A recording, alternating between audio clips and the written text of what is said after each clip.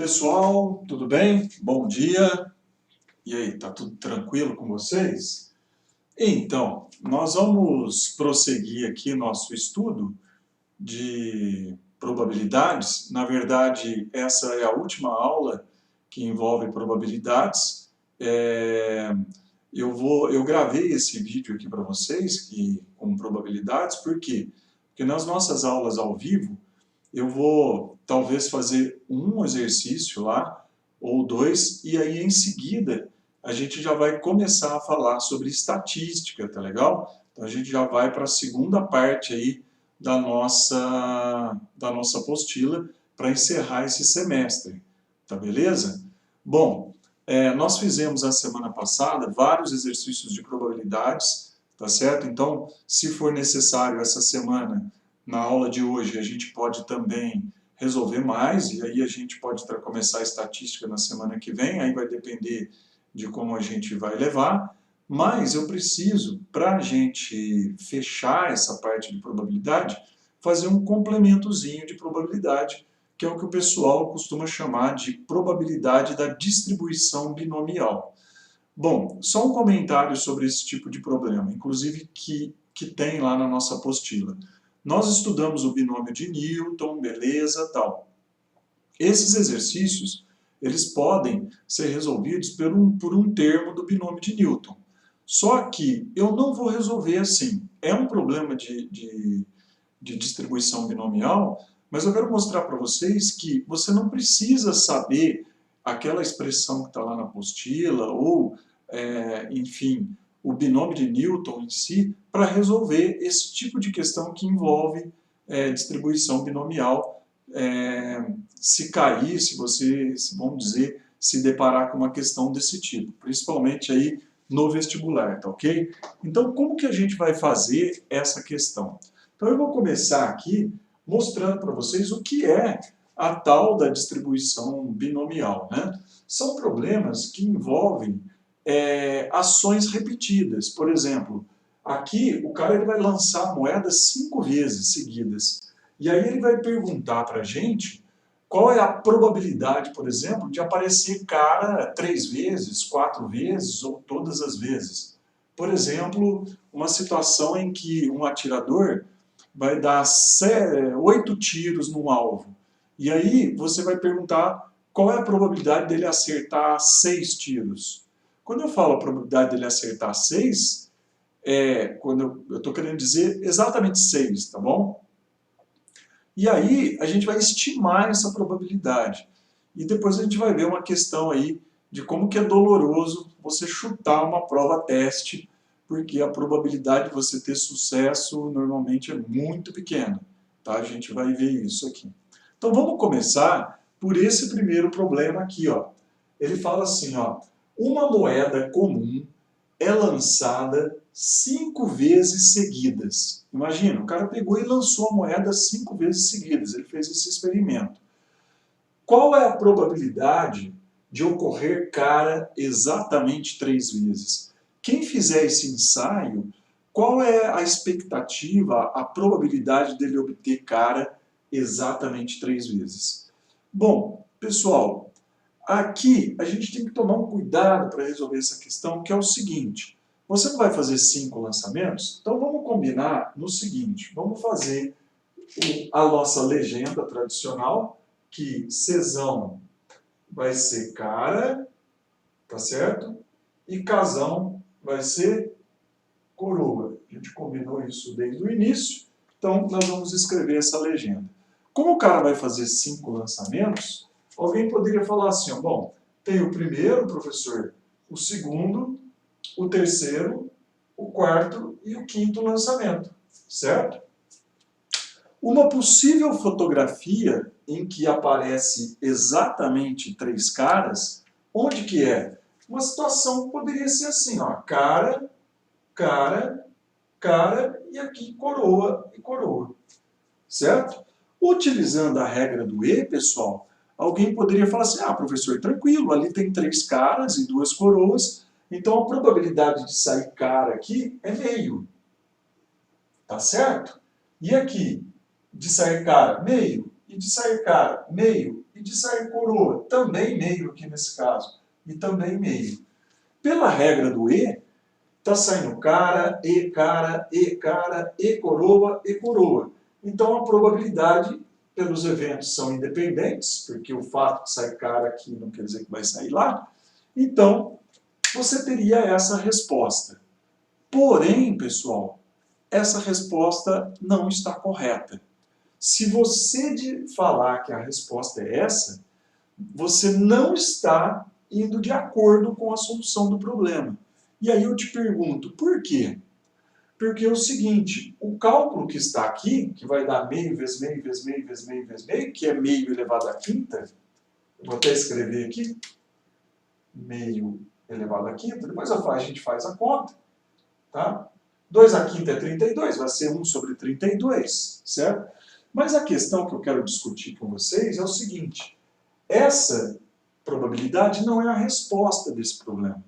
Por quê? Porque essa é a probabilidade do cara obter cara nas 3 primeiras jogadas e obter coroa na segunda.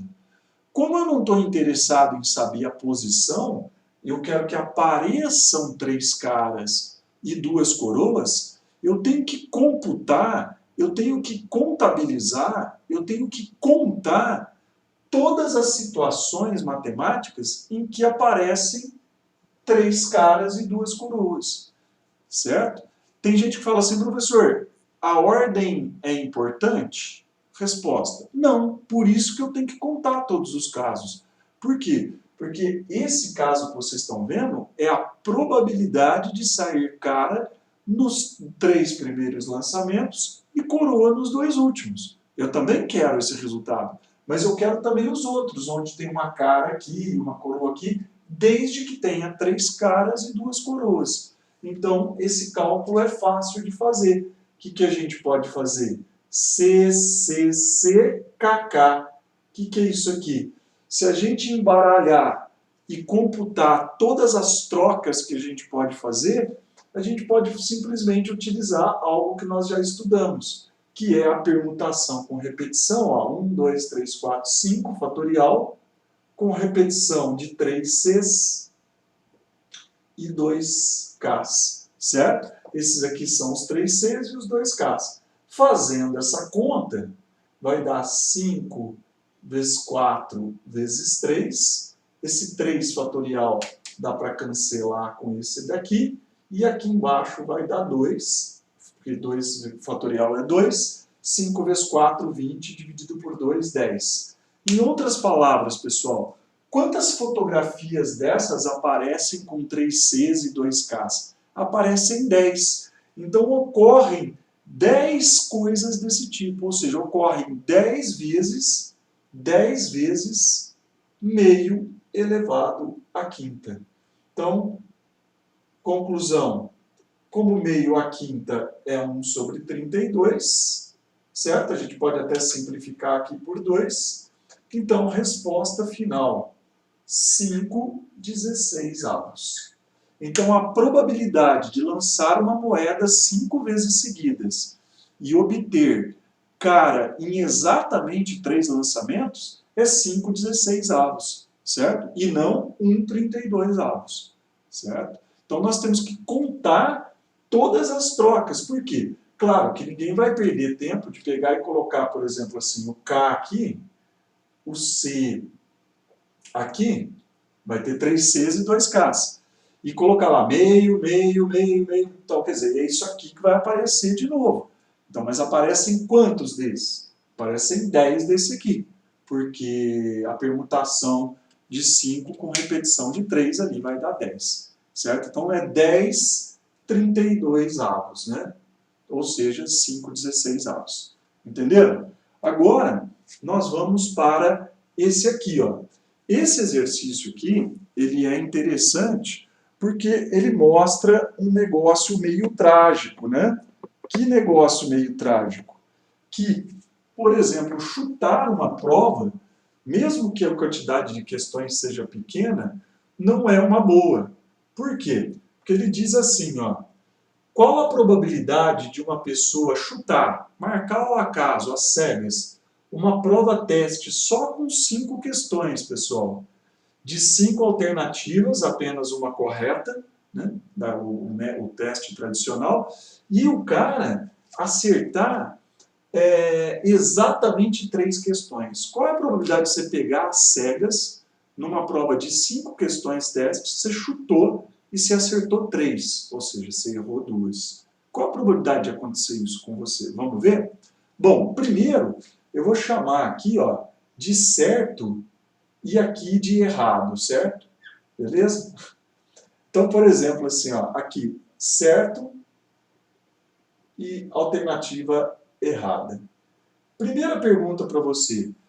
Quando você olha para uma questão e vai chutar, qual é a probabilidade de você acertar ela?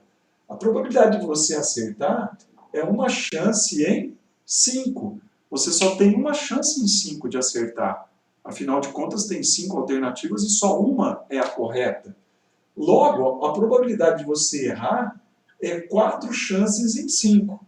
Ou seja, você tem 4 oportunidades de escolher uma errada e entre as 5 para marcar. Como eu quero chutar as 5 questões, então eu penso assim, ó, questão 1, questão 2, questão 3, questão 4 e questão 5, certo? Muito bem. Como eu quero acertar 3, tipo C, C, C, e errei, essa é uma das fotografias, não é verdade?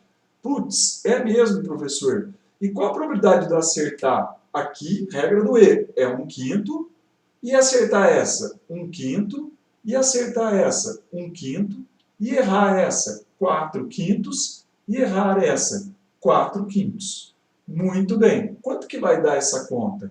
1 vezes 1 vezes 1 vezes 1 vezes 4 vezes 4, 16 em cima, e 5 elevado à quinta potência embaixo. Tá? 5 elevado à quinta vai dar 3.125. Porque 5 à quarta é 625. 625 vezes 5 vai dar 3.125. Tá correto? 3.125. De novo, a mesma pergunta para vocês. Essa é a resposta do exercício?